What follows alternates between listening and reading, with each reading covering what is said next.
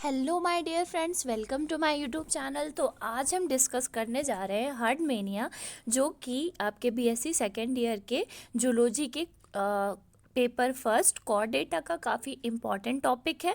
ठीक है, और इससे रिलेटेड आपके एग्जाम्स में काफ़ी क्वेश्चंस पुट आउट किए जाते हैं। ये काफ़ी इम्पॉर्टेंट टॉपिक है, इसलिए हमें इसकी डीप स्टडी करनी है। ठीक है, तो आप देख सकते हैं इस तरह से स्ट्रक्चर होती है हर्डमेनिया की, और ये सॉलिटरी होते हैं, मतलब सी की डेप्थ में प्रेजेंट होते हैं। ठीक है, इस तरह से कुछ स्ट्रक्चर्स होते हैं, सॉरी। ठीक है, तो आज हम डिस्कस करेंगे इनकी systematic positions, okay, habit and habitat and external structure of Herdmania, इसके एक्सटर्नल स्ट्रक्चर को भी डिस्कस करेंगे। Body wall of Herdmania and coelom and atrium in Herdmania, मतलब इनके अंदर जो सीलम या एट्रियम होता है वो किस तरह से प्रेजेंट होता है उसे डिस्कस करेंगे। देन लोकोमोशन, ये किस तरह से मोशन करते हैं, किस तरह से लोकोमोशन करते हैं, उन सभी थिंग को डिस्कस करेंगे। और digestive and respiratory system of Herdmania, इसे भी डिस्कस करेंगे। Then circulatory system of Herdmania, इसे भी डिस्कस करेंगे। Then excretory system of Herdmania, then nervous system of Herdmania and reproductive system of Herdmania. So dear, one by one हम सभी things को discuss करेंगे। तो कुछ पार्ट्स जो हैं वो इस वीडियो में अपलोड हो जाएंगे, एंड जो रिमेनिंग पार्ट्स रहेंगे उन्हें मैं पार्ट 2 में डिस्कस करके अपलोड कर दूंगी। Okay, so dear, number 1 is systematic position. ठीक है, अगर हम इनके सिस्टमैटिक पोजीशन की बात करें तो ये किंगडम एनिमेलिया से बिलोंग करते हैं, मीन्स ये एनिमल्स हैं।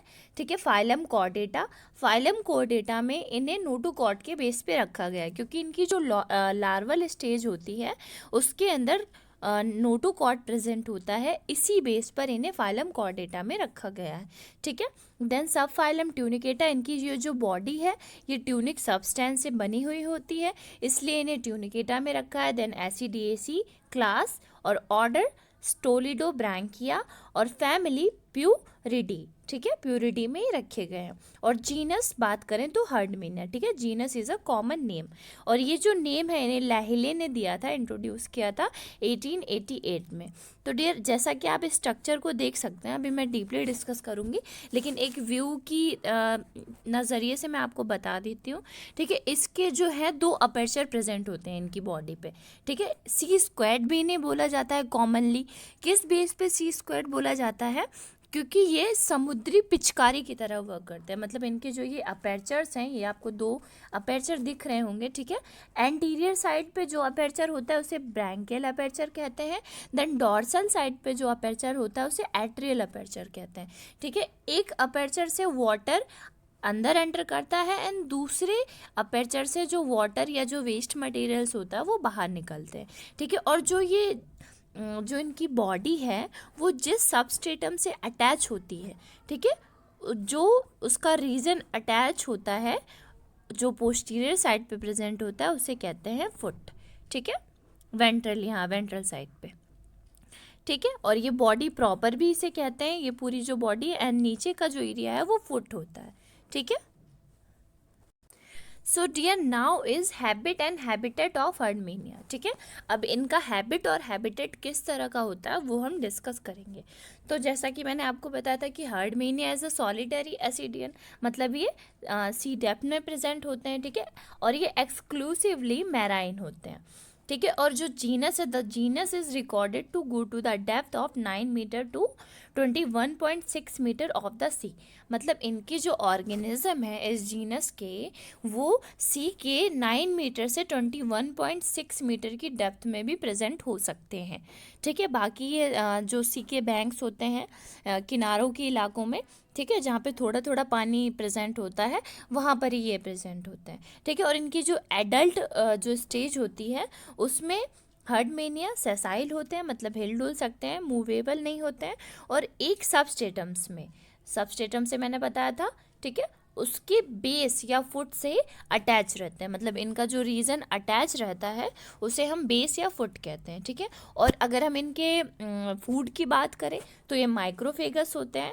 मतलब माइक्रोफेगस उन एनिमल्स को कहा जाता है जो कि माइक्रोस्कोपिक एनिमल्स को या प्लांट्स को, लाइक एल्गी, डाइटम्स या छोटे जो माइक्रोस्कोपिक प्लांट्स हैं, एनिमल्स हैं, ऑर्गेनिजम्स हैं, उनको जो ईट करते हैं उन्हें कहते हैं microphagous. Okay, so Herdmania is a microphagous animal. So dear, जो हर्डमेनिया का ट्यूनिक होता है, means the tunic of Herdmania provides shelter for many organism.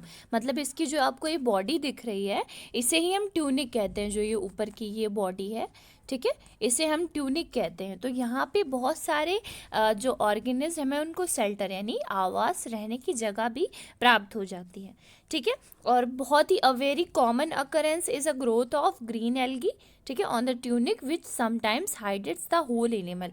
कभी कभी क्या होता है कि इनके ऊपर एल्गी जम गई मान लीजिए, तो वो एल्गी इस पूरे एनिमल को ही हाइड कर देती है, ठीक है।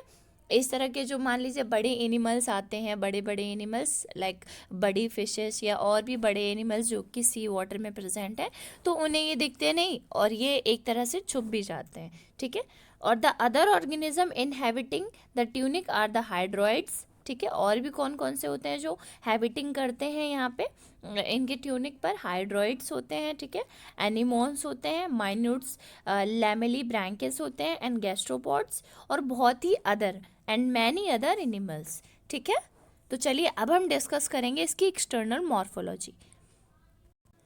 So dear, now is external structure of Herdmania, ठीक है। इनकी एक्सटर्नल स्ट्रक्चर किस तरह सी होती है, किस तरह की होती है वो मैं अब बताऊंगी, ठीक है। Herdmania has an oblong bag like body, जैसे आप देख सकते हैं इस तरह की स्ट्रक्चर होती है, किस तरह से? एक थैले की तरह, एक थैली नुमा संरचना स्ट्रक्चर होती है। The species inhabiting the study Sandy bed is provided with a Neri foot, ठीक है। ये क्या होता है? नैरो फुट होता है। और सैंडी बेड, मान लीजिए अभी मैंने आपको बताया था कि कुछ एल्गीज होते हैं, कुछ और भी एनिमल्स होते हैं जो उनके ऊपर इनहेबिटिंग करते हैं, ठीक है, उनकी तरह ये कैसे सैंडी बेड की तरह उनको एक तरह का बेड प्रोवाइड करते हैं, ठीक है। But when the animals are attached to rocks और any molluscan shell the foot is found to be lacking. देख लीजिए, मान लीजिए कभी कभी ऐसा होता है कि जहाँ पर ये हर्डमेनिया प्रेजेंट है वहाँ पर इसे प्रॉपर एल्गी डाइटम्स वगैरह नहीं मिल पाते हैं, तो ये क्या करते हैं, जैसे मान लीजिए आपका स्नेल होता है, ठीक है, जैसे स्नेल पायला आपने पढ़ा होगा फर्स्ट ईयर में, तो उसकी बॉडी से ये अटैच हो जाते हैं, तो वो मूवेबल होता है, कहीं जहाँ भी जाता है वहाँ पे इन्हें सही से फूड प्रोवाइड हो जाता है, ठीक है। तो उस कंडीशन में तो इनका जो सेल के ऊपर, मोलस्कन सेल के ऊपर अगर ये आ जाते हैं तो जो फूड होता है नीचे का, ये जो रीजन होता है, ये कभी कभी उनमें नहीं भी पाया जाता, ठीक है। जो अटैचमेंट है, the attachment is done by a flat base, ठीक है। The animals with the foot have their bodies divided into two parts, body proper and foot. और जिनके अंदर फुट होता है, जैसे ये आपको स्ट्रक्चर दिख रही है, तो इस स्ट्रक्चर में जो इनकी बॉडी है वो टू पार्ट्स में डिवाइड होती है। Number first is body proper and number second is foot, ठीक है। दिस इज कॉल्ड, पूरा ये जो होल स्ट्रक्चर है बॉडी प्रॉपर, और जो नीचे का रीजन जो अटैच है सबस्ट्रेटम से उसे कहेंगे foot, okay. So dear, the size and the shape of animals very greatly. अगर हम इनकी साइज और शेप की बात करें तो अलग अलग, जैसे आप देख सकते हैं इस तरह से स्ट्रक्चर होगी अंदर की, ठीक है। ये क्या है? एक साइड व्यू है एनिमल का, ठीक है। अगर हम उसकी टेस्ट को ओपन कट कर दें ऊपर से, ठीक है, ये देखिए नीचे लिखा हुआ भी है, side view of the animal with the test cut open to the left to expose internal structure, ठीक है। साइज और शेप की बात करें एनिमल्स की तो बहुत ही अलग तरह की होती है, ठीक है। और अगर एक एडल्ट का एवरेज साइज का पता करें तो 9.5 सेंटीमीटर, ठीक है। The average size of the adult is recorded to be 9.5 centimetre in length, ठीक है। द फुट व्हेन प्रेजेंट अगर फुट प्रेजेंट है, मैंने अभी बताया था, अगर मोलस्कन से अटैच कर गए तो वहाँ पे फुट प्रेजेंट नहीं भी हो सकता है, ठीक है। और अगर फुट प्रेजेंट होता है तो ये मेज़र करते हैं about 3 to 4 centimetre in length, ठीक है। The free end of the body bears the oral and atrial funnels. जैसा कि मैंने आपको बताया था कि दो तरह के फनल्स या अपर्चर्स प्रेजेंट होते हैं, ठीक है। एक ये ब्रैंकियल अपर्चर है, ठीक है, इसे कहेंगे oral aperture. And atrial aperture है, इसे कहेंगे एट्रियल, ओके एट्रियोपोर भी बोलते हैं, ठीक है। और ये जो फनल्स हैं ये 4 डिस्टिंक्ट लोब्स में ऐसे बटी हुई होती हैं, मतलब इनके ऐसे इस तरह से अगर आप काटेंगे तो 4 लोब्स इसमें प्रेजेंट होंगे, 1 2 3 4, ठीक है। ये 1, देन ये 2, देन ये 3, देन ये 4, इस तरह से स्ट्रक्चर होती है। So dear, the oral funnel is smaller than the atrial funnel. जैसे कि मैंने आपको बताया था, जो ये ब्रैंकियल अपर्चर या जो ओरल ये फनल होती है, कीप की जैसी संरचना होती है, स्ट्रक्चर होती है, वो एट्रियल अपर्चर से काफ़ी स्मॉलर होती है, थोड़ी सी स्मॉलर, ठीक है। The whole body is enclosed by the test और ट्यूनिक। और ये जो पूरी स्ट्रक्चर है जिसे हम बॉडी प्रॉपर बोलते हैं, ये किससे बनी हुई होती है? टेस्ट या ट्यूनिक से, ठीक है। टेस्ट जो है वो ट्रांसपेरेंट होता है। The test is transparent in young stage which becomes opaque in the adult, ठीक है। जब इनकी यंग स्टेज आती है तो वो ट्रांसपेरेंट होती है, बाकी जब ये एडल्ट हो जाते हैं तो वो लाइटिश ऑरेंज कलर में शो होने लगती है, ठीक है। In the young stage a network of blood capillaries is clearly visible through the transparent test. जो इनकी यंग स्टेज होती है उसमें जो ब्लड कैपिलरीज होती हैं वो काफ़ी क्लियरली विजिबल होती है, मतलब आप उनके आर पार देख सकते हैं इनकी यंग स्टेज में, ठीक है। यहाँ पे आपको सही से समझ में आ रहा होगा शायद। देखिए ये वेंट्रल साइड है, ये पोस्टीरियर साइड है, ठीक है। और यहाँ पे ये फुट है, स्ट्रक्चर आपको दिख रही होगी, ये देखिए फुट, एंड इधर ये एट्रियल अपर्चर है और इधर ये ब्रैंकियल, इधर एट्रियल एंड इधर ब्रैंकियल। डोर्सल साइड पे मीन्स डोर्सल साइड पे एट्रियल अपर्चर है और कहाँ पे? एंटीरियर साइड पे ये ब्रैंकियल अपर्चर है, ठीक है। और ये जो पूरा स्ट्रक्चर है ये, इसे हम कहेंगे test, okay. So, one of the important characteristics feature of herd mania is the presence of reddish patches on the body। मतलब ये जो बॉडी आपको दिख रही है, ये जो टेस्ट और ट्यूनिक होते हैं, इस पे छोटे छोटे ऐसे ऐसे ये दाने जैसी संरचना जो है, छोटे छोटे रेडिश कलर के, मतलब रेड कलर के पैचेस प्रेजेंट होते हैं, ठीक है। और ये प्रोड्यूस किसके थ्रू होते हैं? एम्पुली एट द टर्मिनल एंड्स। इनके टर्मिनल एंड्स पे एम्पुली प्रेजेंट होता है, उससे ये बनते हैं, ठीक है। किससे? ब्लड वेसल्स, जो इनके टेस्ट के ऊपर जो ब्लड वेसल्स प्रेजेंट होते हैं उनमें जो एम्पुली होता है उससे ये बनते हैं, ठीक है। Reddish patches on the body produce by the ampullae at the terminal ends of the blood vessels in the test, ठीक है। और जो टेस्ट है वो एसेसरी रेस्पिरेटरी स्ट्रक्चर का भी वर्क करता है। मतलब अगर हम बात करें कि हार्डमेनिया में रेस्पिरेशन किसके ज़रिए होता है, तो वो टेस्ट के ज़रिए ही होता है। The test act as the accessory respiratory structure in Herdmania. So now is mouth. The mouth is situated at the base of oral funnel. जो आपको ओरल फनल दिखती है, ये जो ये देखिए ब्रैंकियल साइफॉन है, यहाँ पे माउथ की स्ट्रक्चर आपको शो हो रही होगी, ठीक है। तो mouth is situated at the base of the oral funnel and the atriopore is contain the atrial funnel. मतलब जो एट्रियोपोर है, ये देखिए यहाँ पे, ये कैसा है? ये एट्रियल साइफन है और ये क्या कैरी कर रहा है? ये कर रहा है एट्रियल फनल को कैरी, ठीक है। माउथ इंडिकेट करता है, the mouth indicates the anterior and the end of the body and it's opposite side and is the posterior, ठीक है। माउथ कहाँ पे होगा? एंटीरियर साइड पे होगा, और एंटीरियर साइड का अपोजिट क्या होगा? Posterior side, okay. आपको समझ में आ रहा होगा, I hope. The dorsal side marked as the atrial funnel, ठीक है। डॉर्सल साइड पे एट्रियल फनल अभी बताया था, और अपोजिट एंड जो है वो डिजिग्नेटेड होंगे as the ventral side of the body, ठीक है। The opposite ends is designated as the ventral side of the body, ठीक है। The basis of both the oral and atrial funnels are provided with a tentacular ring. जैसा आप देख सकते हैं कि जो बेस हैं ओरल और एट्रियल फनल्स के, वो कैसे टेंटाकुलर, ये देखिए कैसे रिंग की तरह स्ट्रक्चर को फॉर्म कर रहे हैं, ठीक है, प्रोवाइड कर रहे हैं।